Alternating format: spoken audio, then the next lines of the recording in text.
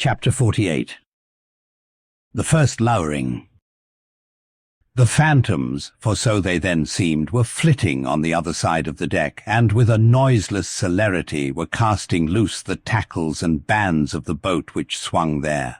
This boat had always been deemed one of the spare boats, though technically called the captain's, on account of its hanging from the starboard quarter.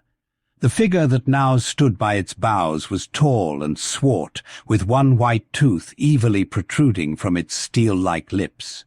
A rumpled Chinese jacket of black cotton funereally invested him, with wide black trousers of the same dark stuff. But strangely crowning this eboness was a glistening white-plaited turban, the living hair braided and coiled round and round upon his head. Less swart in aspect, the companions of this figure were of that vivid tiger-yellow complexion peculiar to some of the aboriginal natives of the Manilas, a race notorious for a certain diabolism of subtlety, and by some honest white mariners supposed to be the paid spies and secret confidential agents on the water of the devil, their lord, whose counting-room they supposed to be elsewhere. While yet the wondering ship's company were gazing upon these strangers, Ahab cried out to the white-turbaned old man at their head. "All ready there, Fadala?" "Ready?" was the half-hissed reply. "Lower away then, do you hear?" Shouting across the deck. "Lower away there, I say." Such was the thunder of his voice that, spite of their amazement, the men sprang over the rail. The sheaves whirled round in the blocks. With a wallow, the three boats dropped into the sea, while with a dexterous, off-handed daring, unknown in any other vocation, the sailors, goat-like, leaped down the rolling ship's side into the tossed boats below. Hardly had they pulled out from under the ship's lee when a fourth keel, coming from the windward side, pulled round under the stern and showed the five strangers rowing Ahab, who, standing erect in the stern, loudly hailed Starbuck, Stubb, and Flask to spread themselves widely so as to cover a large expanse of water, but with all their eyes again riveted upon the swart Fadala and his crew, the inmates of the other boats obeyed not the command. "Captain Ahab," said Starbuck. "Spread yourselves!" cried Ahab. "Give way, all four boats. Thou, Flask, pull out more to leeward." "Aye, aye, sir," cheerily cried little King Post, sweeping round his great steering oar. "Lay back." Addressing his crew. There again. There she blows right ahead, boys. Lay back. Never heed yonder yellow boys, Archie." "Oh, I don't mind him, sir," said Archie. "I knew it all before now. Didn't I hear him in the hold? And didn't I tell Kabako here of it? What say ye, Kabako? They are stowaways, Mr. Flask." "Pull, pull, my fine hearts alive, pull, my children, pull, my little ones." Drawlingly and soothingly sighed Stubb to his crew, some of whom still showed signs of uneasiness. "Why don't you break your backbones, my boys? What is it you stare at, those chaps in yonder boat? Tut! They are only 5 more hands come to help us. Never mind from where, the more the merrier. Pull then, do pull, never mind the brimstone. Devils are good fellows enough. So, there you are now. That's the stroke for 1,000 pounds. That's the stroke to sweep the stakes. Hurrah for the gold cup of sperm oil, my heroes. 3 cheers, men, all hearts alive. Easy, easy. Don't be in a hurry. Don't be in a hurry. Why don't you snap your oars, you rascals? Bite something, you dogs. So then. Softly, softly. That's it. Long and strong. Give way there. Give way. The devil fetch ye ragamuffin rapscallions, ye are all asleep. Stop snoring, ye sleepers, and pull, will ye? Pull, can't ye? Pull, won't ye? Why in the name of gudgeons and ginger cakes don't ye pull? Pull and break something. Pull and start your eyes out. Here!" Whipping out the sharp knife from his girdle.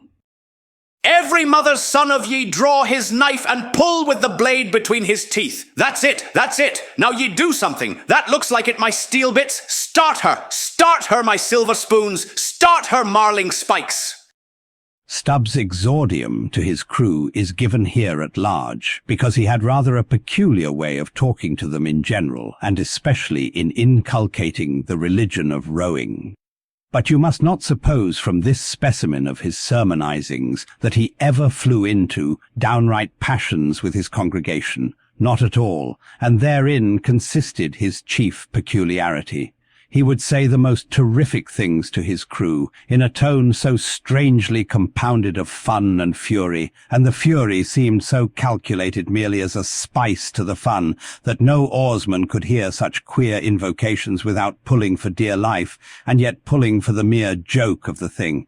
Besides, he all the time looked so easy and indolent himself, so loungingly managed his steering oar, and so broadly gaped, open-mouthed at times, that the mere sight of such a yawning commander, by sheer force of contrast, acted like a charm upon the crew. Then again, Stubb was one of those odd sort of humorists, whose jollity is sometimes so curiously ambiguous as to put all inferiors on their guard in the matter of obeying them.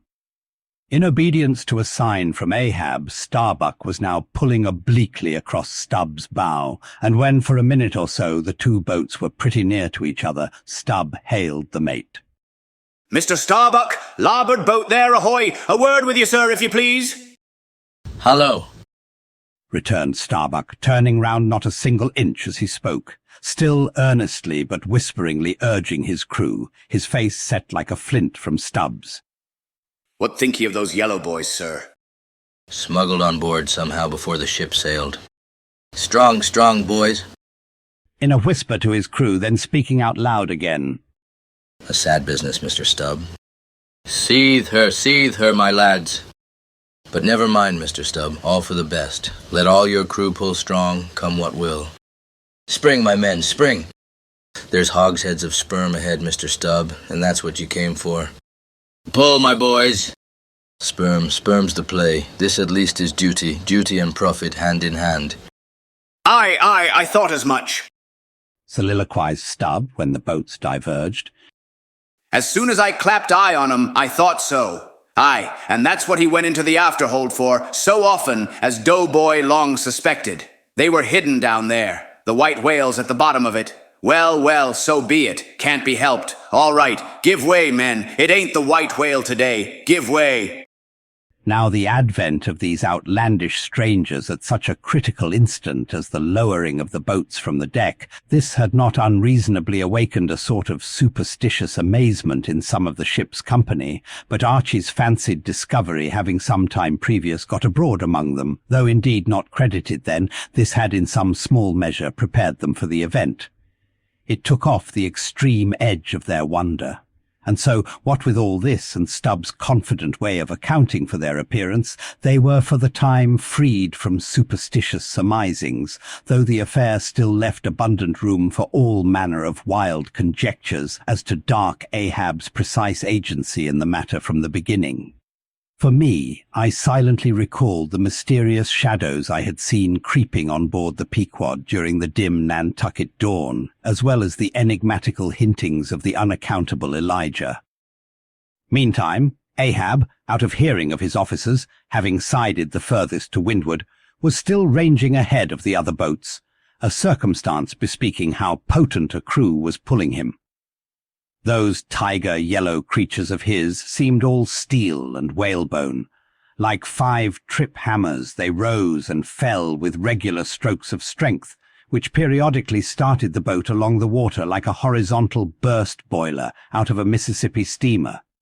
As for Fadalla, who was seen pulling the harpooner oar, he had thrown aside his black jacket and displayed his naked chest, with the whole part of his body above the gunwale, clearly cut against the alternating depressions of the watery horizon, while at the other end of the boat Ahab, with one arm, like a fencer's, thrown half backward into the air, as if to counterbalance any tendency to trip, Ahab was seen steadily managing his steering oar as in 1,000 boat lowerings ere the white whale had torn him. All at once the outstretched arm gave a peculiar motion and then remained fixed, while the boat's 5 oars were seen simultaneously peaked. Boat and crew sat motionless on the sea. Instantly the three spread boats in the rear paused on their way. The whales had irregularly settled bodily down into the blue, thus giving no distantly discernible token of the movement, though from his closer vicinity Ahab had observed it. Every man look out along his oar, cried Starbuck. Thou, Queequeg, stand up.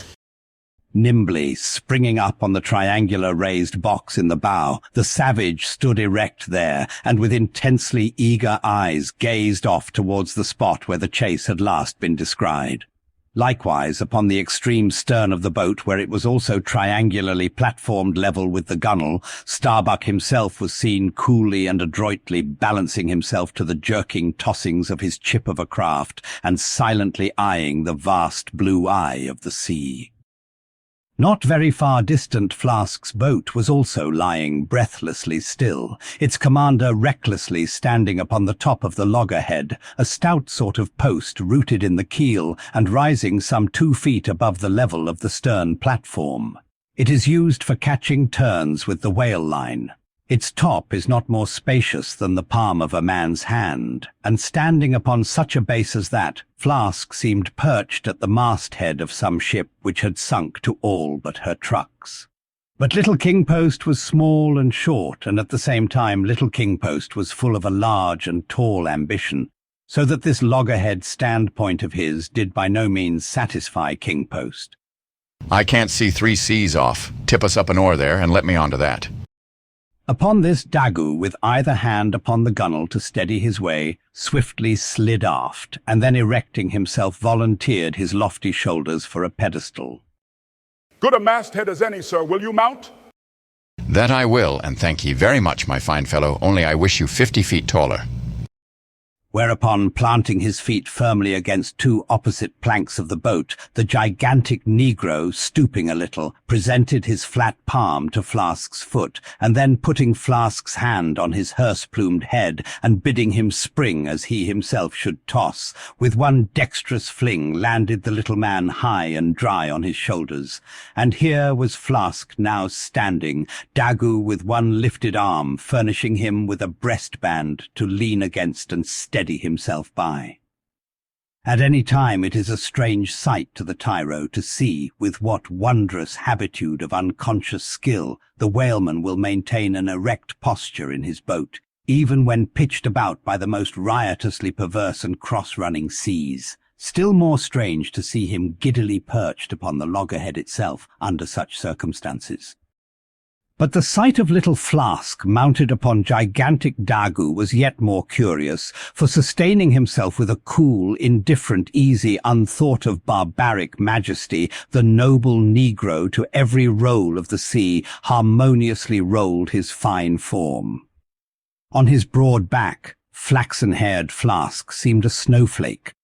The bearer looked nobler than the rider, though, truly, vivacious, tumultuous, ostentatious little Flask would now and then stamp with impatience, but not one added heave did he thereby give to the Negro's lordly chest. So have I seen passion and vanity stamping the living magnanimous earth, but the earth did not alter her tides and her seasons for that. Meanwhile Stubb, the third mate, betrayed no such far-gazing solicitudes. The whales might have made one of their regular soundings, not a temporary dive from mere fright, and if that were the case, Stubb, as his wont in such cases it seems, was resolved to solace the languishing interval with his pipe. He withdrew it from his hatband, where he always wore it aslant like a feather. He loaded it and rammed home the loading with his thumb end, but hardly had he ignited his match across the rough sandpaper of his hand, when Tashtego, his harpooneer, whose eyes had been setting to windward like 2 fixed stars, suddenly dropped like light from his erect attitude to his seat, crying out in a quick frenzy of hurry, "Down, down all, and give way. There they are." To a landsman, no whale, nor any sign of a herring, would have been visible at that moment.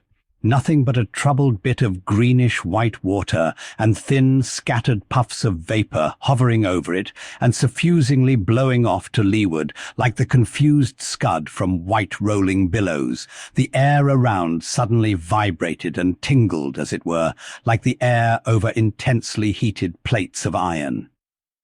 Beneath this atmospheric waving and curling, and partially beneath a thin layer of water, also the whales were swimming. Seen in advance of all the other indications, the puffs of vapor they spouted seemed their forerunning couriers and detached flying outriders. All 4 boats were now in keen pursuit of that one spot of troubled water and air, but it bade fair to outstrip them. It flew on and on as a mass of interblending bubbles borne down a rapid stream from the hills.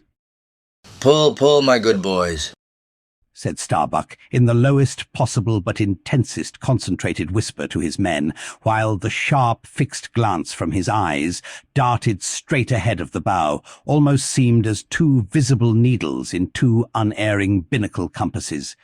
He did not say much to his crew, though, nor did his crew say anything to him. Only the silence of the boat was at intervals startlingly pierced by one of his peculiar whispers, now harsh with command, now soft with entreaty. How different the loud little king-post! Sing out and say something, my hearties. Roar and pull, my thunderbolts. Beach me on their black backs, boys. Only do that for me, and I'll sign over to you my Martha's Vineyard plantation, boys, including wife and children, boys. Lay me on, oh Lord, Lord. But I shall go stark, staring mad. See that white water.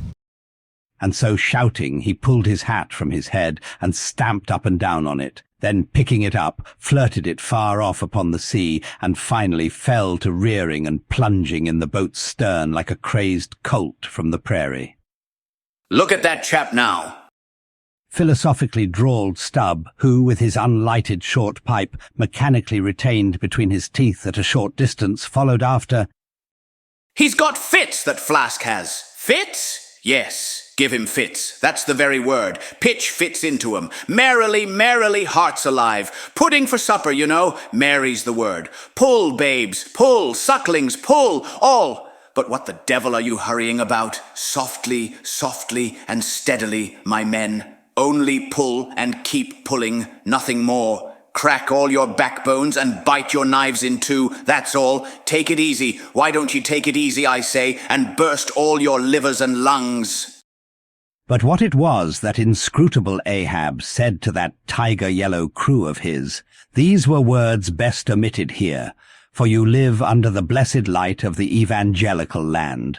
Only the infidel sharks in the audacious seas may give ear to such words when, with tornado brow and eyes of red murder and foam-glued lips, Ahab leapt after his prey. Meanwhile, all the boats tore on, the repeated specific allusions of Flask to that whale, as he called the fictitious monster which he declared to be incessantly tantalizing his boat's bow with its tail. These allusions of his were at times so vivid and lifelike that they would cause some 1 or 2 of his men to snatch a fearful look over the shoulder.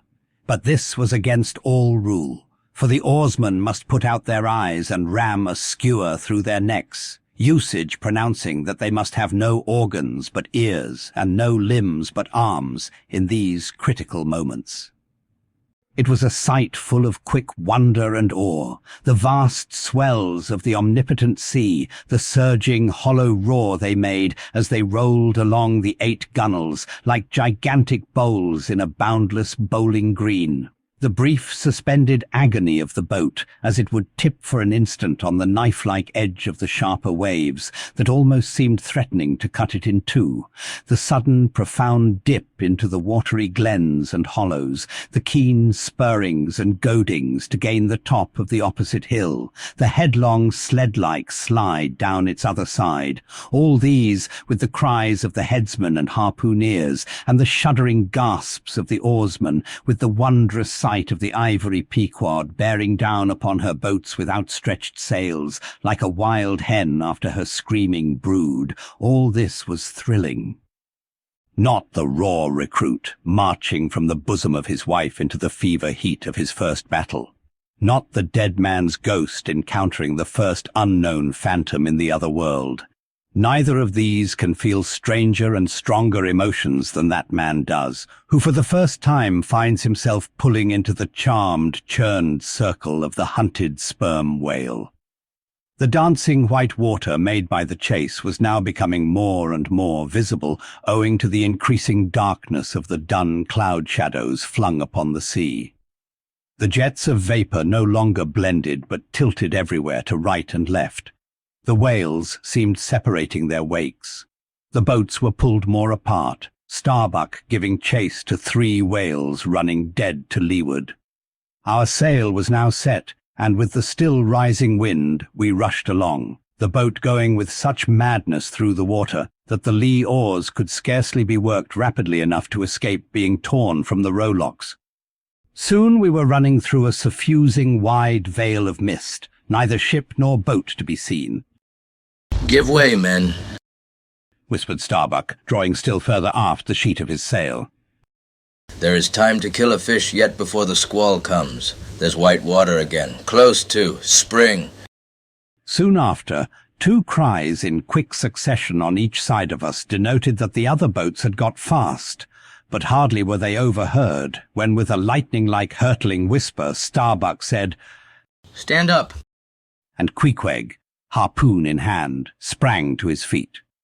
Though not one of the oarsmen was then facing the life and death peril so close to them ahead, yet with their eyes on the intense countenance of the mate in the stern of the boat, they knew that the imminent instant had come. They heard, too, an enormous wallowing sound as of 50 elephants stirring in their litter. Meanwhile, the boat was still booming through the mist, the waves curling and hissing around us like the erected crests of enraged serpents. "That's his hump. There, give it to him," whispered Starbuck.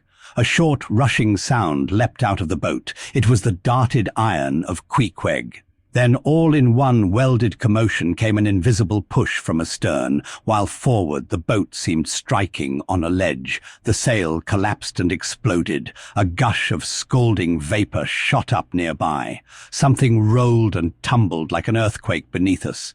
The whole crew were half suffocated as they were tossed helter-skelter into the white curdling cream of the squall. Squall, whale, and harpoon had all blended together, and the whale, merely grazed by the iron, escaped. Though completely swamped, the boat was nearly unharmed. Swimming round it, we picked up the floating oars and, lashing them across the gunwale, tumbled back to our places. There we sat up to our knees in the sea, the water covering every rib and plank, so that to our downward-gazing eyes the suspended craft seemed a coral boat grown up to us from the bottom of the ocean. The wind increased to a howl, the waves dashed their bucklers together, the whole squall roared, forked, and crackled around us like a white fire upon the prairie, in which unconsumed we were burning, immortal in these jaws of death. In vain we hailed the other boats, as well roar to the live coals down the chimney of a flaming furnace as hail those boats in that storm. Meanwhile the driving scud, rack, and mist grew darker with the shadows of night. No sign of the ship could be seen. The rising sea forbade all attempts to bail out the boat. The oars were useless as propellers, performing now the office of life-preservers. So, cutting the lashing of the waterproof match keg, after many failures, Starbuck contrived to ignite the lamp in the lantern, then, stretching it on a waif pole, handed it to Queequeg as the standard-bearer of this forlorn hope. There, then, he sat, holding up that imbecile candle in the heart of that almighty forlornness. There, then, he sat, the sign and symbol of a man without faith, hopelessly holding up hope in the midst of despair. Wet, drenched through, and shivering cold, despairing of ship or boat, we lifted up our eyes as the dawn came on. The mist still spread over the sea, the empty lantern lay crushed in the bottom of the boat. Suddenly Queequeg started to his feet, hollowing his hand to his ear. We all heard a faint creaking, as of ropes and yards hitherto muffled by the storm. The sound came nearer and nearer. The thick mists were dimly parted by a huge, vague form. Affrighted, we all sprang into the sea as the ship at last loomed into view, bearing right down upon us within a distance of not much more than its length.